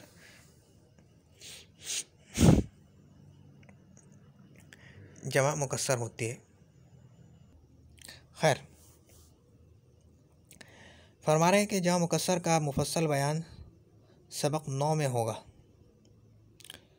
ठीक है, आगे तंबीह है।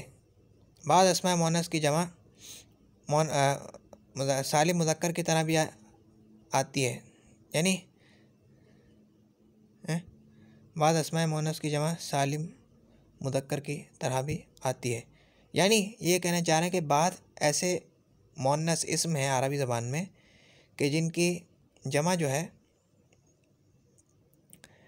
जमा मुज़क्कर सालिम के वज़न पर भी आती है और जमा मुअन्नस सालिम के वज़न पर, यानी बाद ऐसे मुअन्नस इस्म है कि जिनकी जमा जमा मुज़क्कर सालिम के वज़न पे भी आ जाती है और जमा मुअन्नस सालिम के वज़न पे भी आ जाती है, यानी दोनों तरह से बन जाती है। मसलन सनतुन, सनतुन बरस को कहते हैं, बरस को कहते हैं, यानी साल, 1 साल, 2 साल, 3 साल, बरस कहते हैं ना। बस ये बरस है, बरस है, बरस है 12 महीने, बरस 12 महीने की मुद्दत। तो अरबी में इसको सनतुन कहते हैं, सना। अब इसकी जमा जमा सालिम की तरह सीनून भी बनती है, सीनून, सीनूना, सीनीना, और जमा मुअन्नस सालिम की तरह सनावातुन भी बनती है, सनावातुन, सनावातिन, सना भी बनती है। खैर ये आगे की बात है, इस पर तुम अपने जहन मत खपा लेना, ये तुम इसको फलांग कर आगे निकल जाना, छलांग मारो यहाँ से और आगे चले जाओ, बस इसको पढ़ लो और फिर आगे इसके ऊपर ज़्यादा जहन ज़ोर मत दो। बाद यानी बस ये याद रख लो कि भाई बाद ऐसे इसम भी हैं अरबी ज़बान में कि जो जमा मुज़क्कर सालिम और जमा मुअन्नस सालिम दोनों की तरह से उनकी जमा बनती है,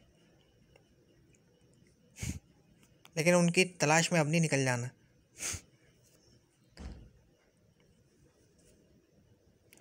तंबीह 3,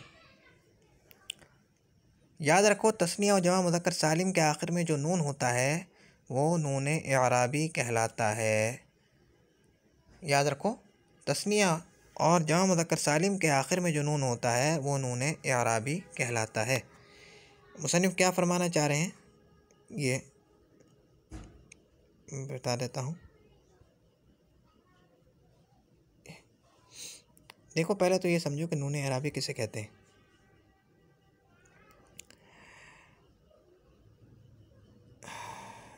नून नून तो मैं कह देता हूँ उर्दू में, नून, नून इराबी। नून इराबी वो नून होता है जो इराब के बदले में आता है। आसान, किसी मजबूरी के तहत हम किसी इस्म के आखिर में इराब नहीं लगा सकते, तो उसके बदले में हम नून इराबी लगा देते हैं। नून इराबी ऐसा नून होता है कि जो इराब के बदले में आता है। इराब तो तुम समझते हो ना, रफ़ा नस्ब जर, रफ़ा नस्ब जर, बाज़ जगह जज़्म भी है, लेकिन वो फ़ेल में आता है, इसम में नहीं आता। जज़्म इसम में 3 होते हैं, रफ़ा यानी रफ़ा नस्ब जर। तो नून इराबी कौन सा नून होता है जो इराब के बदले में आता है। बाज़ औक़ात किसी इसम के आखिर में, कहीं बाज़ औक़ात कहीं आप इराब नहीं लगा सकते, मजबूरी होती है, तो उसके बदले में आप नून लगा देते हैं, उस नून को नून इराबी कहते हैं। ठीक है, अब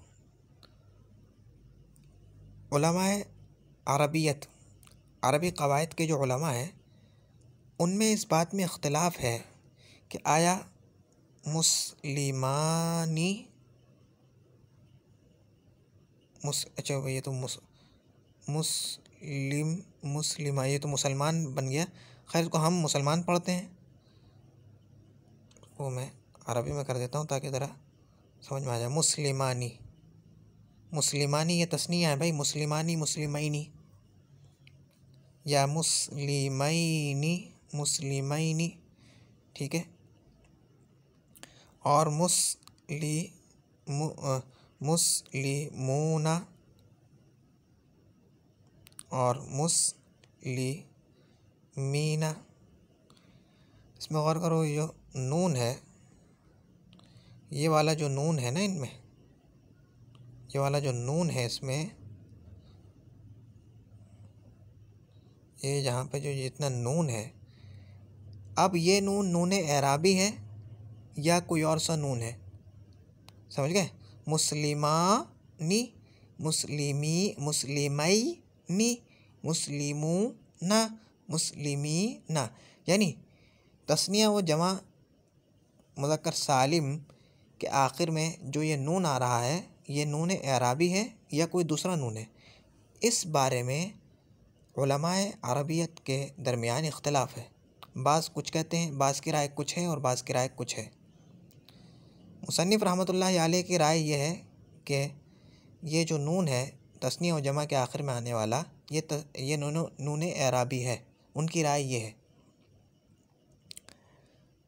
और बाद उलमा की राय इससे कुछ इसके बरअक्स है, कुछ और राय रखते हैं वो लोग इस बारे में। मैं इस मौजू को तवील नहीं करना चाह रहा, इसलिए मैं उस बारे में ज़्यादा बात नहीं करूँगा, लेकिन ये सिर्फ मैं यहाँ बताना ज़रूरी समझता हूँ कि कहीं तुम ये मत समझ जाना कि भाई यकीनी तौर पर ये बात ऐसी है कि तस्निया व जमा के का जो नून है ये नून एराबी होता है। ये कोई यकीनी बात नहीं है, बल्कि इसमें इख्तिलाफ़ है उलमा का। एक कौल इख्तियार कर लिया है मुसन्निफ़ रहमतुल्लाह अलैह ने, ये नून एराबी वाला। फ़िलहाल अब तक जो है आसान नहव का जब हम सबक पढ़ रहे थे तो उस वक्त मेरी राय भी यही थी कि ये नून जो होता है ये नून एराबी है, मेरी राय ये थी।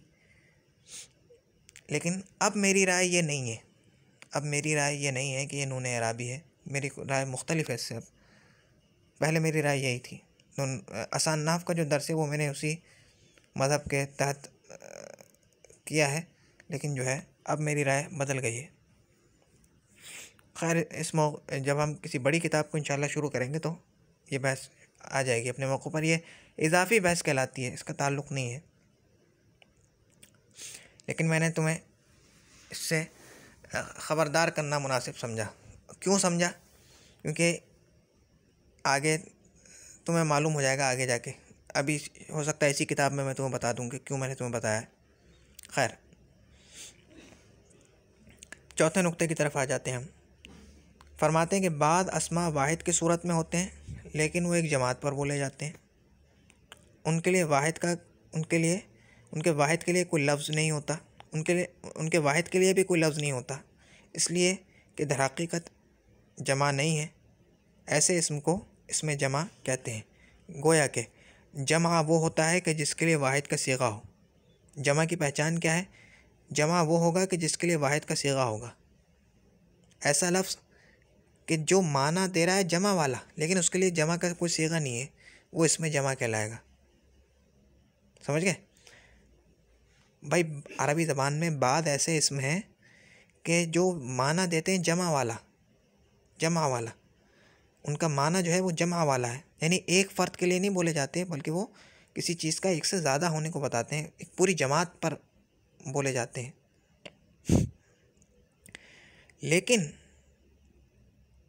लेकिन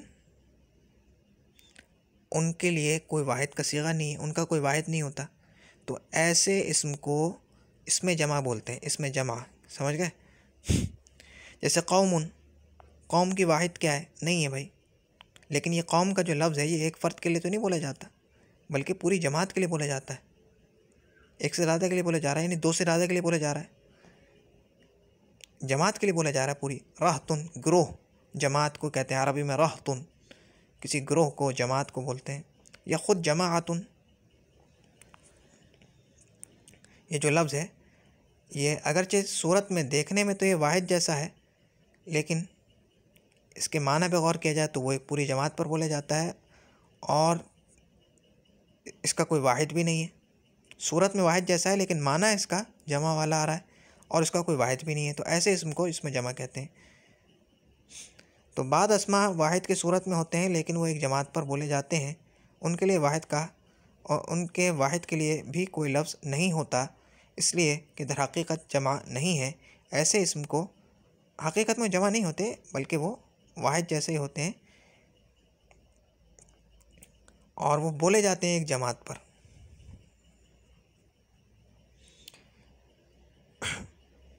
तो अब अगर तुम्हें ये बात मालूम हो जाए कि भाई जमा उसे कहेंगे कि जिसके लिए, हर जमा के लिए वाहिद का सीगा होता है। जमा उसे बोलेंगे अरबी में कि जिसके लिए वाहिद का सीगा हो, यानी जिसका वाहिद हो। जमा उसे बोलेंगे जिसका वाहिद हो। जब तुम्हें मालूम हो कि भाई जमा बनती है वाहिद से, भाई जब वाहिद ही नहीं है तो जमा कैसे बन गई? ठीक है, अगर जमा वाले माना दे रहा है और वाहिद उसका नहीं है तो समझ लो कि ये जमा नहीं है बल्कि इसमें जमा है। ठीक है, जैसे कौमुन रहतुन वगैरह। यहाँ पर कुछ लोग जो है ना फिर परेशानी का शिकार हो जाते हैं। तो बाद अस्मा वाहिद के सूरत में होते हैं लेकिन वो एक जमात पर बोले जाते हैं, उनके लिए उनके वाहिद के लिए भी कोई लफ्ज़ नहीं होता, इसलिए कि दर हकीकत जमा नहीं है। ऐसे इसम को इसमें जमा कहते हैं। जैसे कौमुन रहतुन, इबारत में उनका इस्तेमाल अमूमन जमा की तरह होगा, यानी जमा की तरह उनको लिया जाता है। जब उनकी सिफत लाएंगे तो जिस तरीके से जमा की लाई जाती है उसी तरह उनकी लाई जाएगी। जैसे कौमुन सालिहुन नहीं कहेंगे बल्कि सालिहूना, सालिहूना, सालिहुन से सालिहूना, कौमुन सालिहूना, ऐसी कौम जो सालिह है, नेक है। देखो सिफत लाई ना, कौमुन सिफत मौसूफ और सालिहूना उसकी सिफत है।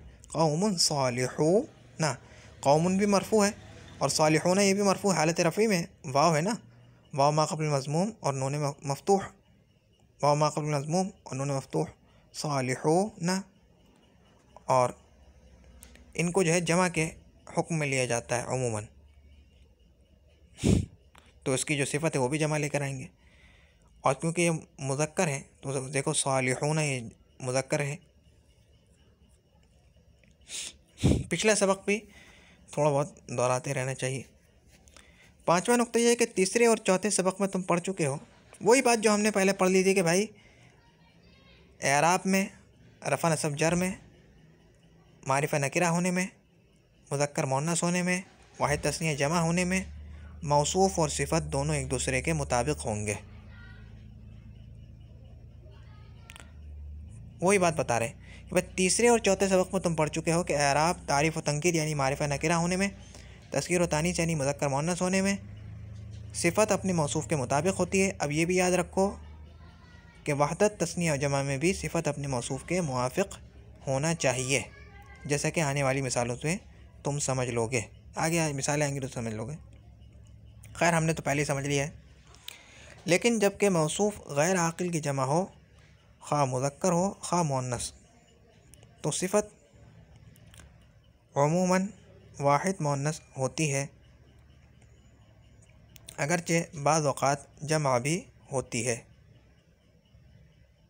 देखो आक़िल से यहाँ मुराद है इंसान, जिन, फ़रिश्ता। इंसान, जिन और फ़रिश्ता।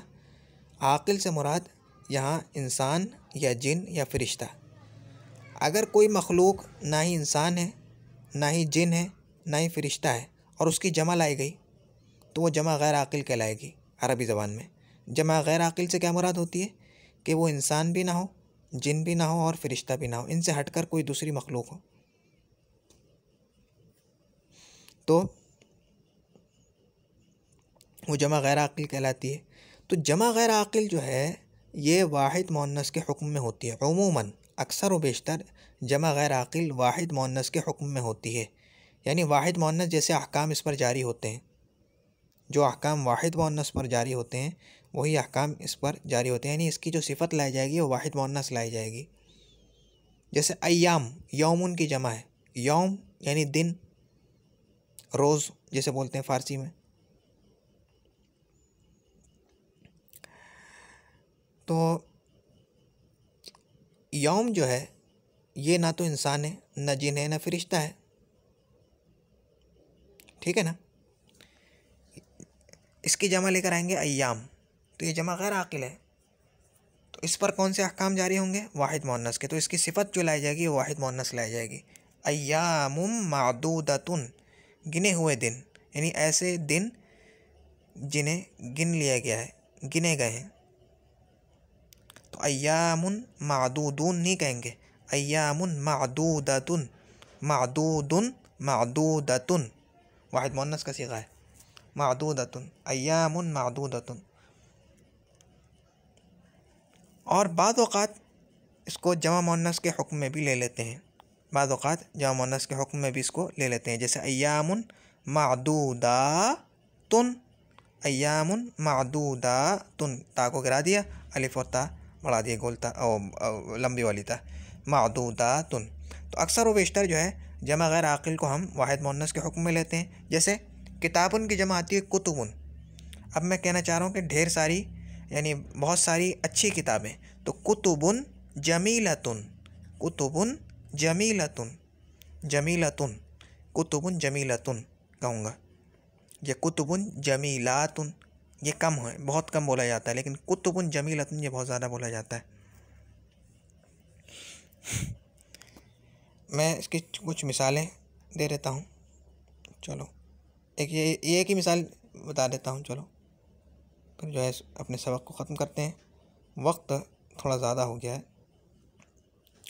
देखो किताबुन से, किताबुन की जमा आती है, किताबुन की जमा आती है कुतुबुन, कुतुबुन। अब मैं इसकी अगर सिफत लेना चाहूँगा तो क्योंकि ये किताबुन जमा गैर आकिल है, तो इसकी जब जमा होगी कुतुबुन, ये वाहिद मुअन्नस के हुक्म में होगी, तो इसकी जब मैं सिफत लेके आऊँगा तो तुम्हें मालूम है कि जो सिफत है वो अपने मौसूफ़ के मुवाफ़िक़ होती है। किस किस चीज़ में? एराब में, दूसरी चीज़ में, दूसरी किस चीज़ में? मारिफ़ा नकिरा होने में, तीसरी किस चीज़ में? वाहिद तस्नीया जमा होने में, और चौथी किस चीज़ में? मुज़क्कर मुअन्नस होने में। तो जब मैं इसको वाहिद मुअन्नस के हुक्म में ले रहा हूँ तो गोया मैं ये मान रहा हूँ कि ये जो जमा का सीगा है ये वाहिद मुअन्नस का सीगा है, यानी उसको उसी के हुक्म में लेकर फिर उसकी जो है मैं सिफत लेके आऊँगा, समझ गए। तो कुतुबुन जमीलतुन, कुतुबुन जमीलतुन कहेंगे, और बहुत कम कुतुबुन जमीलातुन, ये बहुत कम है, लेकिन कुतुबुन जमीलतुन ये ठीक है। यानी हमने कुतुबुन को वाहिद मुअन्नस के हुक्म में मान लिया, इसी तरह मानकर हमने इसकी जो है सिफत लेकर आए। अब देखो कुतुबुन जो है ये भी नकीरा है और जमीलतुन भी नकीरा है। कुतुबुन ये भी मुज़क्कर है, वाहिद मुअन्नस है, यानी वाहिद मुअन्नस के हुक्म में लिया है, तो जमीलतुन भी वाहिद मुअन्नस है, उसी के हुक्म में है। कुतुबुन जमा, या यूँ कह लो कुतुबुन जमा गैर आकिल है, जिसको वाहिद मुअन्नस के हुक्म में लिया जाता है, तो उसकी सिफत जो है वो भी वाहिद मुअन्नस है। और कुतुबुन जो है ये ठीक है, वो तो बातें जब उसको जमा मुअन्नस के हुक्म में ले लिया तो फिर वो दोनों बातें उसमें तय हो गई ना, मुअन्नस भी हो गई और जमा भी हो गई। और वाहिद मुअन्नस के हुक्म में ले लिया, जमा मुअन्नस की नहीं, वाहिद मुअन्नस के हुक्म में, ये जमा मुअन्नस के हुक्म में ले लिया, तो दोनों बातें उसने ले ली, यानी मुज़क्कर मुअन्नस होने वाला खाना भी हल हो गया हमारा और वाहिद मुअन्नस वाला खाना भी हल हो गया। तो बस हमें सिर्फ ये देखना होगा कि मारिफ़ा नकिरा होने में दोनों एक दूसरे के मुवाफ़िक़ हैं, यानी हाँ दोनों मुवाफ़िक़ हैं। मारिफ़ कुतुबुन भी नकिरा है और जमीलतुन भी नकिरा है, और कुतुबुन भी मरफ़ू है और जमीलतुन भी मरफ़ू है, लेकिन जो अगले दो खाने वो भर गए हैं। वो क्या है कि भाई कुतुबुन भी जो है मुअन्नस के हुक्म में है, जमीलतुन भी मुअन्नस है, कुतुबुन भी वाहिद के हुक्म में, यानी वाहिद मुअन्नस के हुक्म में, तो जमीलतुन भी वाहिद मुअन्नस यानी वाहिद के हुक्म में, वाहिद तो है, जमीलतुन तो वाहिद है, ठीक है, समझ गए ना। तो कुतुबुन क्योंकि गैर आकिल की जमा है तो ये वाहिद मुअन्नस के हुक्म में, तो उसकी जमा जो है वाहिद मुअन्नस लाई गई है। आज के सबक का हम खुलासा बयान कर लेते हैं और फिर आज के सबक को ख़त्म करते हैं। भाई, तादाद के ज़ाहिर करने के एतबार से अरबी ज़बान में इसम 3 किस्म का होता है। या तो किसी चीज़ के एक होने को बता रहा होगा तो उसको वाहिद या मुफरद कहेंगे, या दो होने को बता रहा होगा तो उसको तस्निया कहेंगे, या दो से ज़्यादा होने को बता रहा होगा तो उसको जमा कहेंगे। फिर हमने तस्निया जमा बनाने का तरीक़ा सीखा। तस्निया बनाने का तरीक़ा सीख लिया हालत रफ़ी और हालत नस्बी दोनों में। फिर हमने जमा की किस्में पढ़ी कि जमा की 2 किस्में हैं, जमा सालिम और जमा मुकस्सर।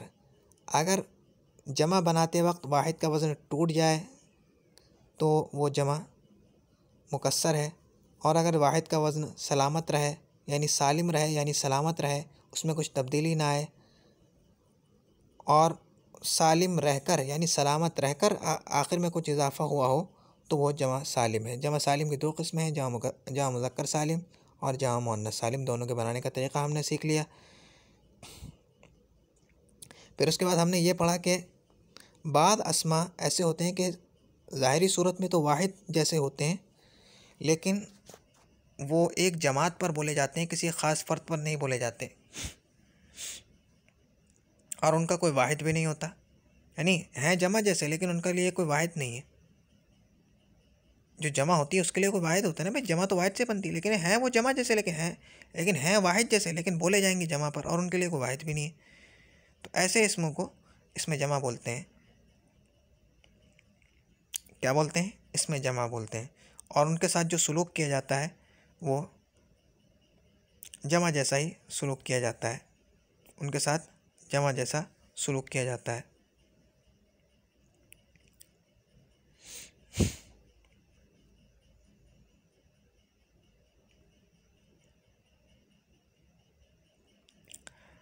और जैसा कि इबारत से वाज़ेह हो रहा है, जमा मुज़क्कर जैसा सलूक किया जाता है, जमा मुज़क्कर जैसा सलूक किया जाता है। और अगर इसमें जमा से मुराद औरतों की कोई जमात है तो हो सकता है कि उससे जमा मुअन्नस जैसा सलूक किया जाए। यानी अगर मैं कौम से मुराद औरतों की कोई ख़ास कौम ले लूँ तो कौमुन सालिहातुन हो सकता है, इस तरह भी कह सकते हो, कौमुन सालिहातुन।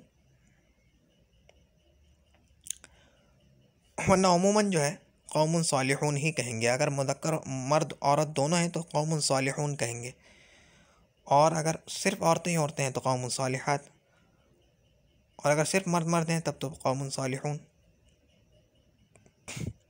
खैर, यह आगे का मसला है। फिर हमने ये पढ़ा कि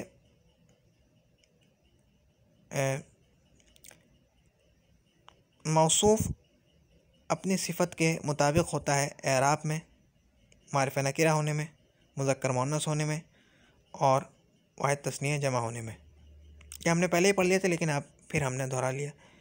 और फिर हमने आखिरी बात ये पढ़ी कि भाई गैर आकिल की जो जमा है, यानी गैर आकिल की जमा ऐसी चीज़ की जमा जो ना इंसान है, ना जिन है, ना फ़रिश्ता। गैर आकिल की जमा अमूमन अरबी ज़बान में वाहिद मुअन्नस के हुक्म में मानी जाती है, और कभी कभार उसको चाहे मुज़क्कर की हो चाहे मुअन्नस की हो समझ गए, तो और कभी कभार उसको वाहिद मुअन्नस जमा मुअन्नस के हुक्म में भी ले लिया जाता है। अब तक के लिए इतना ही। सुब्हानकल्लाहुम्मा बिहम्दिका अशहदु अल्ला इलाहा इल्ला अंता अस्तगफिरुका व अतूबु इलैक। सुब्हान रब्बिका रब्बिल इज़्ज़ति अम्मा यसिफून व सलामुन अलल मुरसलीन वल्हम्दुलिल्लाहि रब्बिल आलमीन। अस्सलामु अलैकुम व रहमतुल्लाहि व बरकातुहू।